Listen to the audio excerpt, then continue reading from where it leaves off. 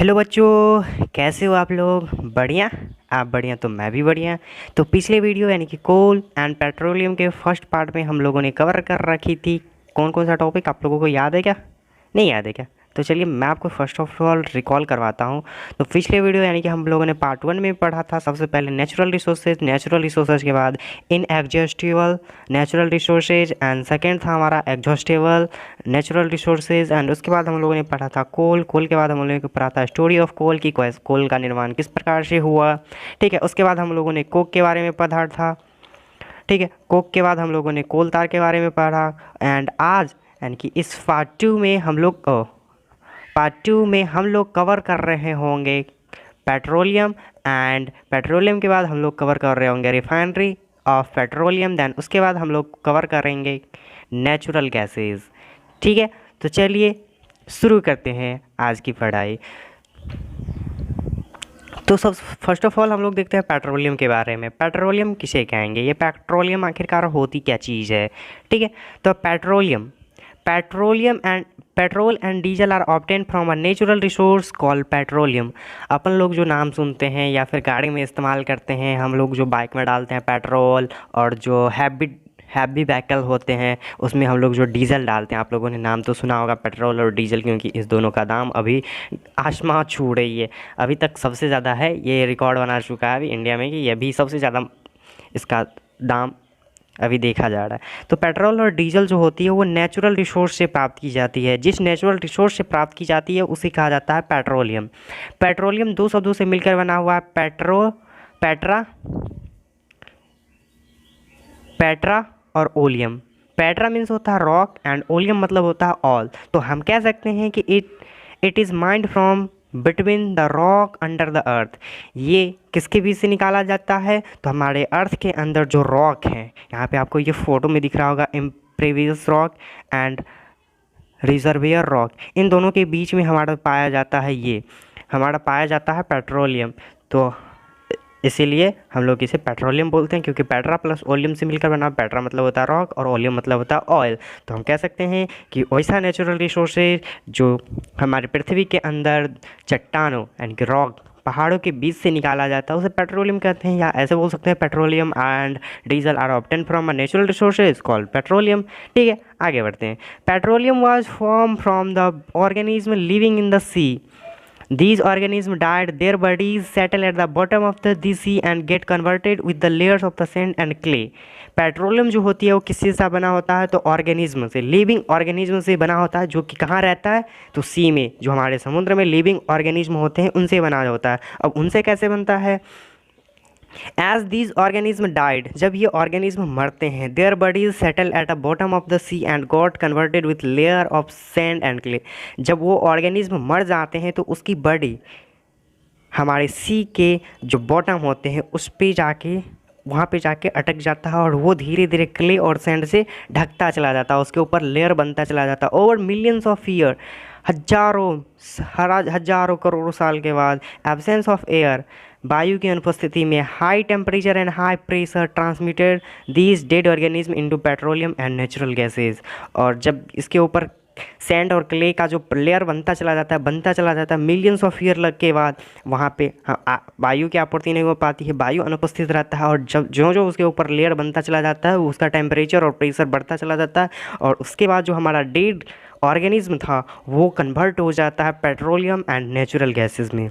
यहाँ पे एक फैक्ट वाली बात आपको नोट डाउन करनी है कि the world first oil well was drill in Pennsylvania, USA in 1859.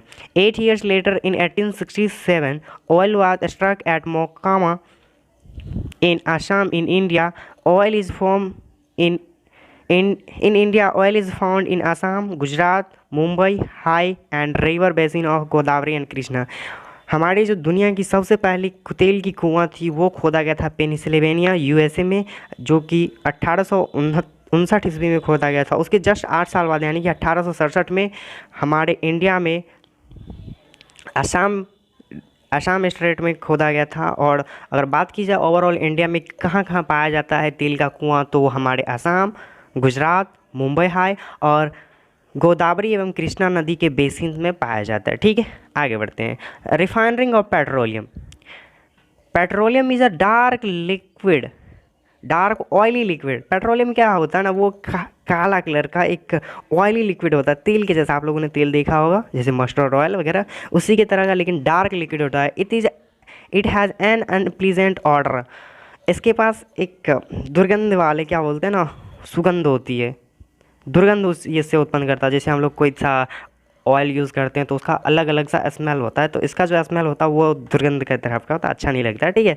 It is a mixture of various constituent substance, petroleum gas, petrol, diesel, lubricant oil, paraffin wax, ETC। और हमारा जो petroleum बना होता है वो बहुत चीज़ों का मिक्सचर होता है, जैसे कि petroleum gas, petrol, diesel, lubricant oil, paraffin wax, इस सभी को मिला हुआ स्वरूप होता है, इसका मिक्सचर होता है पेट्रोलियम। तो हम तो जो यूज़ करते हैं पेट्रोल डीजल, वो तो अलग अलग फॉर्म में, तो हमें तो पेट्रोलियम से इन सभी को अलग करना होगा। तो जब हम उसे सेपरेट करते हैं पेट्रोलियम से, जब हम petrol, diesel, lubricant oil, paraffin wax, petroleum gas सबको अलग अलग सेपरेट करते हैं, तो ये जो सेपरेट करने की प्रक्रिया होती है उसे ही सेपरेट करना जो होता है उसे रिफाइनिंग कहा जाता है। और ये जिस जगह पे किया जाता है, जिस इंडस्ट्री में किया जाता है, उसे पेट्रोलियम रिफाइनरी कहा जाता है। तो then separating of various content या fraction of petroleum is known as refining and it is carried out in petroleum refinery. और ये कहाँ किया जाता है, ये प्रोसेस पूरा पेट्रोलियम रिफाइनरी में। आपको यहाँ पे दिख रहा होगा पेट्रोलियम रिफाइनरी का फिगर, ये हमारा पैराफिन वैक्स है, ये पेट्रोल है, आप लोगों ने देखा ही होगा पेट्रोल पंप वगैरह पे। तो चलिए आगे बढ़ते हैं, और यहाँ पे कंस्टिट्यूएंट ऑफ पेट्रोलियम कुछ दे रखी है, देन उसका यूज़ हम लोग कहाँ करते हैं वो से समझते हैं। Petroleum gas in liquid form, जिसे हम लोग LPG कहते हैं, LPG, इसका यूज़ हम लोग fuel of home and industry में करते हैं। इसका यूज़ हम लोग ईंधन के रूप में घरों में भी करते हैं, खाना पकाने के लिए, और इंडस्ट्री वगैरह में भी किया जाता है। अगला जो हमारा कंस्टिट्यूएंट है वो है पेट्रोल। पेट्रोल का यूज़ हम लोग मोटर फ्यूल के रूप में करते हैं, aviation fuel, solvent for the dry cleaning आदि के रूप में करते हैं। केरोसिन, ये भी हमारा पेट्रोलियम का कंस्टिट्यूएंट है। इसका यूज़ हम लोग fuels of stoves, lamps and for jet aircrafts के लिए यूज़ करते हैं, ठीक है। देन उसके बाद डीजल, इसका यूज़ हम लोग fuel for heavy motor vehicle, जो हमारा मालवाहक होता है ना, मालवाहक व्हीकल जैसे ट्रक हो गया, ये बड़ा बड़ा जो होता है ना व्हीकल, उसमें हम लोग यूज़ करते हैं डीजल की। एंड इलेक्ट्रिक जनरेटर, इसमें भी हम लोग डीजल का ही यूज़ करते हैं। देन अगला कंस्टिट्यूएंट है लुब्रिकेंट ऑयल, इसका यूज़ हम लोग लुब्रिकेशन में करते हैं, ठीक है। और अगला जो हमारा है पैराफिन वैक्स, इसका यूज़ हम लोग कैंडल्स वगैरह आदि बनाने में करते हैं। देन अगला जो है हमारा ब्यूटामिन, इसका हम लोग यूज़ करते हैं पेंट्स में एंड रोड सरफेसिंग में करते हैं। इसके बारे में हमने आपको पार्ट 1 में ही बता रखी है। तो चलिए आगे बढ़ते हैं। नेचुरल गैसेस, देन उसके बाद हम लोग कवर कर रहे होंगे नेचुरल गैसेस। ये नेचुरल गैसेस क्या होती है? Natural gas is a very important fuel because it is a very easy to transport through pipe. Natural oil जो हमारा होता है बहुत ही महत्वपूर्ण जीवाश्म ईंधन होता है। फॉसिल फ्यूल का मतलब होता है जीवाश्म ईंधन। Natural gases is stored under high pressure and compressed natural gas as a compressed natural gas. Natural gas जो होती है वो बहुत ही इंपॉर्टेंट जीवाश्म ईंधन होती है। क्यों? क्योंकि इसे हम आसानी से ट्रांसपोर्ट कर सकते हैं एक जगह से दूसरी जगह through pipes. Natural gas is store under the high pressure and compress natural gas as a compress. जिस प्रकार से हम लोग CNG यानी कि कंप्रेस नेचुरल गैस को हाई प्रेशर पे कंप्रेस करके रखते हैं, उसी प्रकार से नेचुरल गैस को भी हाई प्रेशर पे कंप्रेस करके रखा जाता है। It is use for manufacturing chemical and fertiliser. Natural gas का यूज़ हम लोग केमिकल्स वगैरह बनाने में, फर्टिलाइजर्स बनाने में करते हैं। India has vast reserve of natural gases. India के पास इसका बहुत बड़ा रिज़र्व है, यानी कि इंडिया के पास बहुत ही ज़्यादा मात्रा में नेचुरल गैसेस स्टोर्ड है, रखा हुआ है, ठीक है। कहाँ होगा? तो देन वो तो होगा ज़मीन के अंदर ही ना, ठीक है। In India natural gas has been found in Tripura, Rajasthan, Maharashtra and the Krishna Godavari delta. India में बात की जाए कहाँ कहाँ पे नेचुरल गैसेस पाई जाती है, तो वो पाई जाती है त्रिपुरा, राजस्थान, महाराष्ट्र और कृष्णा गोदावरी जो नदी है उसके डेल्टा में, ठीक है। आगे बढ़ते हैं। तो some natural resources are limited, जैसे कि हमने आपको पार्ट 1 में बताया था, आप लोगों ने स्टडी भी किया होगा, बुक से भी स्टडी किया होगा कि बहुत सारे नेचुरल रिसोर्स होते हैं वो लिमिटेड होते हैं। जैसे कि वैसे भी इस चैप्टर का जो मोटो था हम लोगों को उसी के बारे में पढ़ना था, उसी नेचुरल रिसोर्स को पढ़ना था जो लिमिटेड मात्रा में, जैसे कि पेट्रोल, डीजल, ये दोनों तो पेट्रोलियम के अंदर आ जाता है और पेट्रोलियम क्या है हमारा लिमिटेड मात्रा में है, ठीक है। उसी प्रकार से बात की जाए वाटर, ये भी लिमिटेड मात्रा में है, ये एक ना एक दिन ख़त्म होने वाली है। तो इस और बात की जाए एयर की, ये तो अनलिमिटेड है। सनलाइट की, ये भी तो अनलिमिटेड है, ये तो कभी ख़त्म होने वाला है ही नहीं। तो some natural resource are limited, बहुत सारे ऐसे नेचुरल रिसोर्स होते हैं जो लिमिटेड होते हैं। तो हमें चाहिए क्या, उसे हम क्या करें, कंजर्व करके रखें, उसका कंजर्वेशन करें, उसे संरक्षित रखें। तो इसके लिए हमारे जो पेट्रोलियम कंजर्वेशन रिसर्चर्स एसोसिएशन है, PCRA है इन इंडिया, अपने भारत की बात हो रही है, petroleum conservation research association PCR advise people how to save petrol diesel while driving their tips are.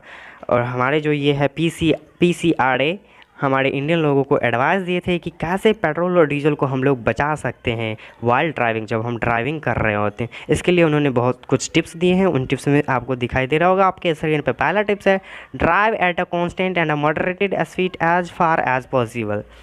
इनका PCRA का कहना है कि आप जब बाइक चला रहे हो या आप जब चला रहे हो कोई भी गाड़ी, तो उसे एक कांस्टेंट स्पीड पे चलाए या मॉडरेटेड स्पीड पे चलाए जितना ज़्यादा पॉसिबल हो सके। Switch off the engine at traffic light और at a palace where you have to wait. और आप लोगों को ट्रैफिक लाइट के पास जब आप रुके हुए होते हैं तो आपके अपने व्हीकल को का स्विच ऑफ कर दीजिए। और अगर आप कहीं दूसरे जगह पे जहां आपको किसी के लिए वेट कर रहे हो, किसी का इंतज़ार कर रहे हो, तो वहां पे भी अपने व्हीकल के इंजन का स्विच ऑफ रखें, इससे भी हम बचा सकते हैं। ठीक है। अगला टिप्स इन्होंने दिया इंश्योर करेक्ट टायर प्रेशर।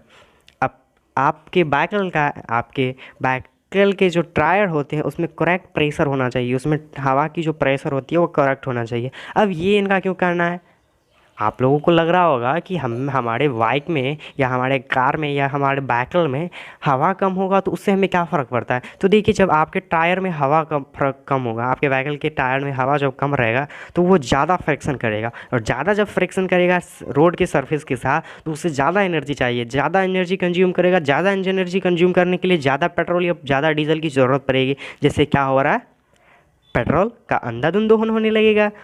अगर इसीलिए कहा जाता है इंश्योर करेक्ट टायर प्रेशर, आपके टायर का प्रेशर करेक्ट होना चाहिए जितना उन्होंने दे रखी है limit. Ensure regular maintenance of vehicle, और आप अपने व्हीकल का रेगुलर मेंटेनेंस करते रहें, क्योंकि होता है ऐसा, आप लोगों ने भी देखा होगा कि जब गाड़ी बहुत दिनों से हमारा व्हीकल पड़ा हुआ रहता है, देन उसे स्टार्ट करते हैं, उसमें बहुत सारे नखरे वगैरह होते हैं, वो ज़्यादा तेल खपत करता है, तो जिसकी वजह से आप अपने गाड़ी का रेगुलर मेंटेनेंस कराते रहें। तो आज के लिए बस इतना ही, मिलते हैं अगले वीडियो में अगले चैप्टर के साथ, यानी कि चैप्टर 6। तो तब तक के लिए पढ़ते रहें। All the very best, thanks for watching this video guys, share, subscribe and like.